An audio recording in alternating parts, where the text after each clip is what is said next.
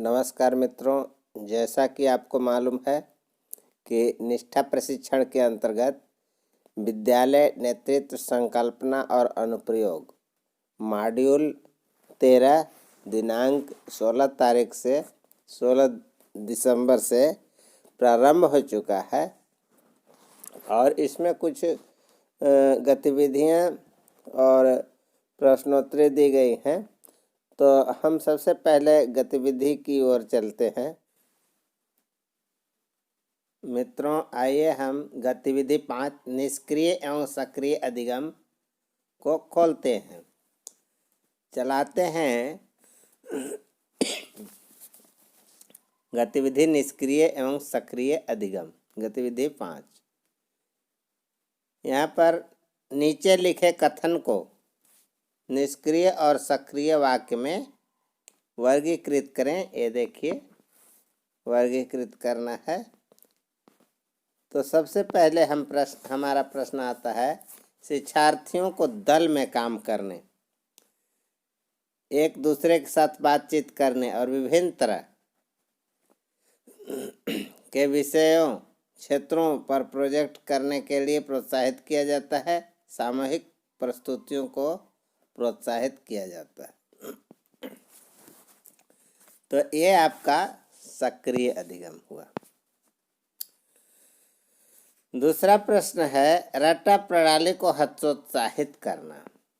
शिक्षण अधिगम को एक आनंददायी व सहभागी गतिविधि बनाना, बाल केंद्रित क्रियाकलाप आधारित सहभागी अधिगम अनुभवों जैसे नाटक, प्रोजेक्ट, विचार विमर्श, संवाद, अवलोकन, भ्रमण आदि को सुनियोजित करना और सृजनात्मक कार्यों के साथ शिक्षण अधिगम को एकीकृत करना। तो ये आपका सक्रिय अधिगम के अंतर्गत आता है। अगला प्रश्न है, मूल्य आधारित शिक्षा की ओर न ले जाना। न ले जाना मतलब निष्क्रिय अधिगम के अंतर्गत होगा। अगला प्रश्न है, अध्यापक बच्चों एवं अधिगम से जुड़े सामान्य सिद्धांतों को ही शिक्षण अधिगम प्रक्रिया में प्रयोग में लाते हैं। तो ये आपका निष्क्रिय अधिगम के अंतर्गत आएगा। अगला प्रश्न है, शिक्षार्थियों को समाज में अपनी स्थिति और अपनी मान्यताओं का पता लगाने व परखने के लिए कक्षा शिक्षण अधिगम प्रक्रियाओं में स्थान दिया जाता है।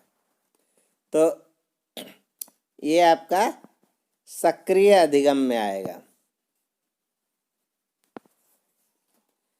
अगला प्रश्न है, शिक्षार्थी के लिए ज्ञान को बाहरी एवं ऐसा माना जाता है जिसे प्राप्त किया जाना है। तो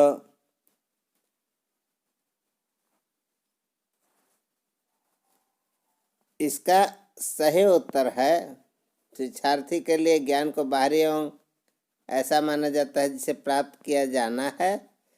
तो इसका सही उत्तर होगा निष्क्रिय अधिगम।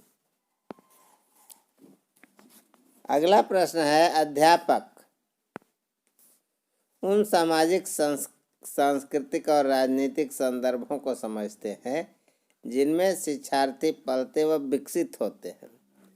वे शिक्षार्थियों को सैद्धांतिक जानकारी के साथ साथ जीवन की वास्तविक स्थितियों से भी परिचित कराते हैं।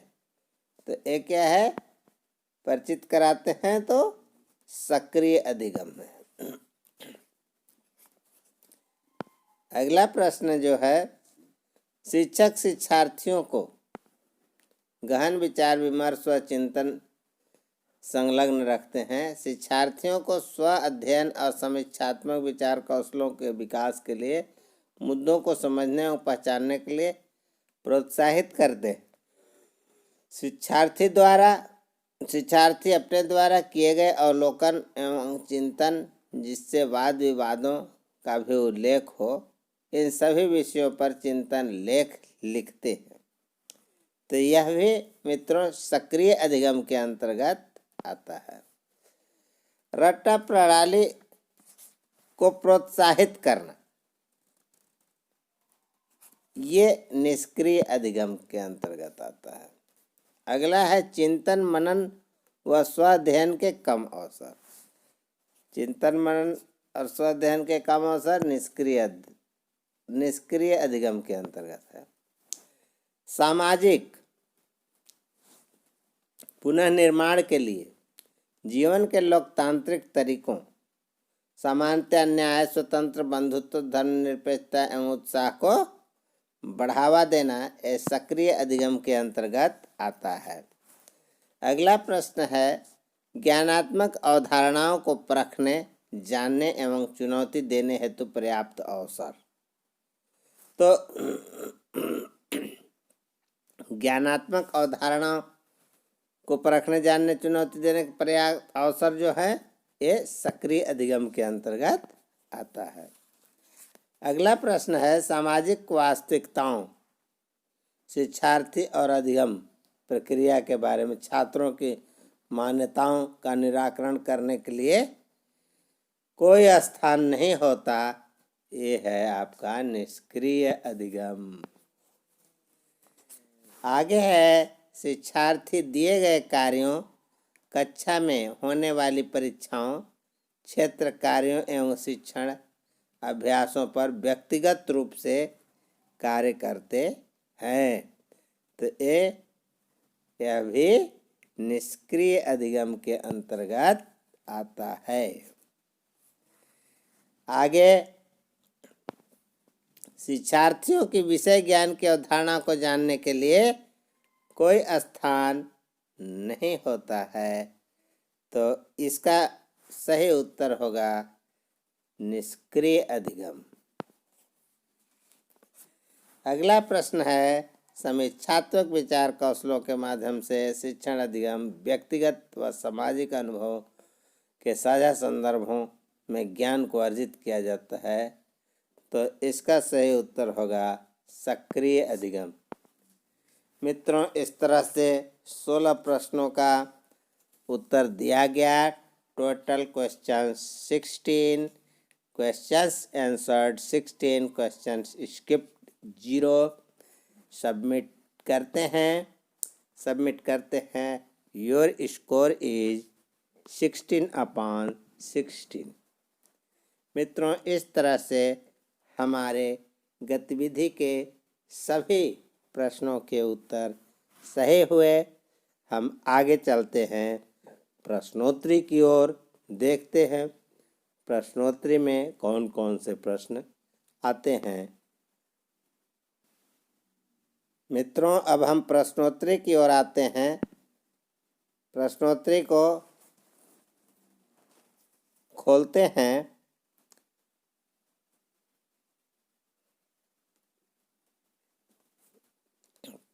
प्रश्नोत्तरी का पहला प्रश्न जो है यह है विद्यालय के स्टाफ के साथ दल अधिगम की प्रक्रिया का समेकन करने के लिए उचित अवसर। क्या है उचित अवसर? स्टाफ मीटिंग करना। दूसरा है विद्यालय नेतृत्व का सीधा प्रभाव छात्र अधिगम पर पड़ता है। इसका क्या अर्थ है? विद्यालय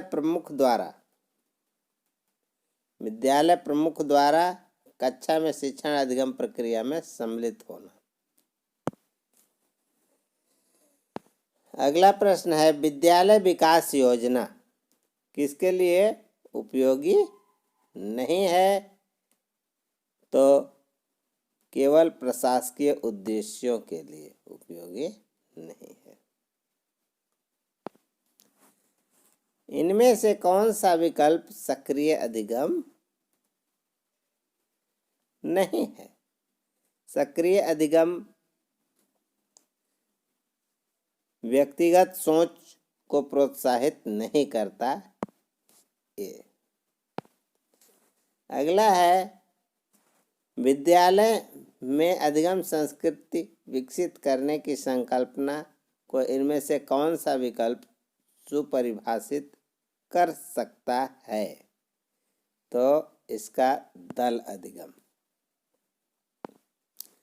इनमें से कौन से अकादमिक नेतृत्व के मुख्य अवयव नहीं है? तो प्रशासनिक नियमों एवं विनियमों की समझ। आगे है शिक्षण शास्त्र। विषय वस्तु ज्ञान की संकल्पना में निम्न में से कौन सा बिंदु सहायक नहीं है? तो इसका सही उत्तर है विद्यालय के भौतिक संसाधन। अगला है